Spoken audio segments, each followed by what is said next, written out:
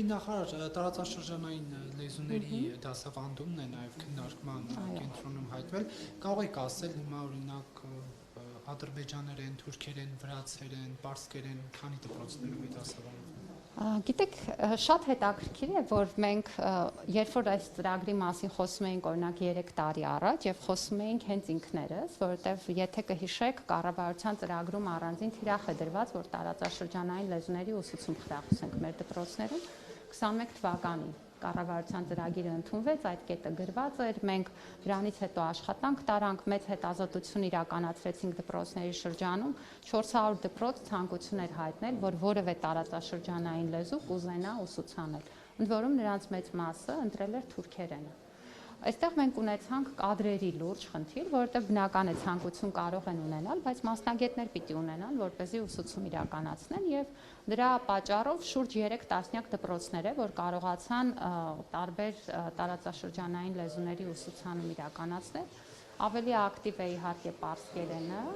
որտեղ կան ավելի մեծ հնարավորություններ, նաև դեսպանատան հետ համատեղ աշխատանք կա եւ դեսպանատունն էլ աջակցում է թվում պարսկերենի իմացությունը բարելավելու։ Վրացերենով ունենք 3 դպրոցներ, ադրբեջաներենով ունենք 3 դպրոցներ եւ ես միայն պետք է խրախուսեմ, որպեսզի մեր ավելի շատ դպրոցներ տարածաշրջանային լեզուներ ուսուցանեն, որովհետեւ մենք ապրում ենք այս տարածաշրջանում, լեզուների ուսուցանումը նաեւ միջոց է ճանաչել մեր տարածաշրջանը ու ես կարծում եմ, որ շատ կարեւոր է այդ գիտելիքը տարածել, որպեսզի մենք խոսելիս նաեւ հասկանանք ինչի մասին ենք խոսում։ Այդ դեպքում ինչու է այդպես ըստ ցանկության, այլ ոչ թե պարտադիր կրթական Որովհետև էլի եմ ասում, մենք այս պահին ունենք մասնագետների խնդիր։ Օրինակ, բոլորովին վերջերս Երևանում այցի էր եկել Վրաստանի կրթության, գիտության եւ երիտասարդության նախարարը։ Հարցերից մեկը, որ մենք քննարկել ենք, մեզ մոտ վրացերենի մասնագետների պատրաստման խնդիրն է, որպեսզի կարողանանք ոչ թե 3 դպրոցում ունենալ վրացերենի ուսուցանում, այլ ավելի շատ դպրոցներում։ Օրինակ, պատկերացրեք Վրաստանի սահմանակից բնակավայրերի դպրոցներում, եթե գոնե տարրական վրացերենի գիտելիք ունենան, ինչքան ավելի հեշտ կհաղորդակցվեն ու ինչքան դա կկարողանա ավելի նպաստել թե տնտեսական կապերի, թե մշակութային կապերի զարգացմանը։ Ես կարծում եմ, որ նման ծրագրերը մենք պետք է աստիճանական խրախուսենք, ու եթե դուք նայեք, մենք ոչ միայն դպրոցներում ենք սա խրախուսում, այլև բուհական ծրագրերում։ Այսինքն սկզբում պետք է ուսանող ունենանք, որը հետո կգնա եւ ուսուցիչ կաշխատի։ Թուրքերենի եւ ադրբեջանի պարագայում այո։ Իսկ տիկին նախարար, իսկ ինչու ասում եք 21 թվից կա, բայց համապատասխան աշխատանք չի տարվել, արշավ չի արվել բավարար չափով, կներեք, որ մարդը հիմա որ լսում է, որ ադրբեջանն է սովորում, այ դա հասկանա, որ ինքը լրացուցիչ լեզու է, սովորելու հնարավորություն է ունենում, այլ ոչ թե այ եկան թուրքերը մեզ գրավեցին։ Գիտեք,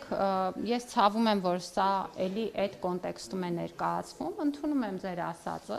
Ես ընդհանրապես ինչ որ մեզ ասվում է հանրային հաղորդակցության իմաստով, լռելիային ընդունում եմ, որովհետև հանրային հաղորդակցությունը անընդհատ բարելավելու կարիք ունենք եւ անընդհատ մեր քաղաքացիների հետ երկխոսության մեջ լինելու կարիք ունենք, որպեսզի բոլոր ծրագրերը, դրանց նպատակադրումները եւ այդ կոնտեքստները ճիշտ ներկայացվեն, բայց թույլ տվեք ասել, դուք էլ ձեր դերը ունեք այդտեղ, որովհետև լրագրողներն էլ պետք է կողմնորոշեն, ոչ թե ապակողմնորոշեն։ Միշտ չի, որ լրագրողներն էլ օգնում են մեզ, հաճախ ապատեղեկատվությունն էլ տարածվում է տարբեր լրատվամիջոցների կողմից եւ ես հույս ունեմ, որ նաև այսօր մեր խոսակցությունը առիթ կտա, որպեսզի ճիշտ տեղեկատվություն տարածվի։ Մանկավարժական համալսարանում ռեկտորի հետ տեղի ունեցած դեպքից հետո պաշտոնակատարի նշանակում եղավ, հիմա գործունեությունը համալսարանի ընթացքի մեջ եկան, ինչ որ խնդիրներ։ Մենք հիմա գտնվում ենք ժամանակավոր պաշտոնակատարը իրավիճակի վերլուծության փուլում է եւ տարբեր հարցեր է նայում եւ դիտարկում, որպեսզի նաև այսօր մենք օրինակ հոգաբարձուների խորհրդի նիստ ունենք, որի ժամանակ քննարկելու ենք արդեն իսկ այն տվյալները, որոնք պաշտոնակատարը հասցրել է վերլուծել, որպեսզի տեսնենք, թե ինչ հարցերի շուրջ որոշումներ կայացնելու կարիք կա խորհրդի կողմից։ Գիտեք, որ խորհուրդը գործադիր ֆունկցիաներ չունի, բայց այս փուլում մենք ավելի ակտիվորեն կներգրավենք մոնիտորինգի շրջանակներում, որպեսզի վստահ լինենք, որ բուհի գործընթացները ճիշտ են գնում Այս պահին ժամանակավոր պաշտոնակատարը նշանակված է մի քանի օր է, որ աշխատում է, բոլոր այն անձինք, ովքեր իրավապահ մարմինների ներկայացրած տեղեկատվությամբ ունեին մեղադրյալի կարգավիճակ, նրանց պաշտոնավարումը կասեցված է, այսինքն խոսքը միայն ռեկտորին չի վերաբերում, այլ նաև համապատասխան աշխատակիցներին։ Մենք շատ լուրջ պիտի վերլուծենք այս խնդիրները, իհարկե իրավապահ մարմինները եւ նախաքննությունը կգան ավելի ամբողջական հարցերի պատասխաններ տալու, բայց մենք էլ մեր հերթին մեր անելիքը ունենք, որը զուգահեռ կանենք։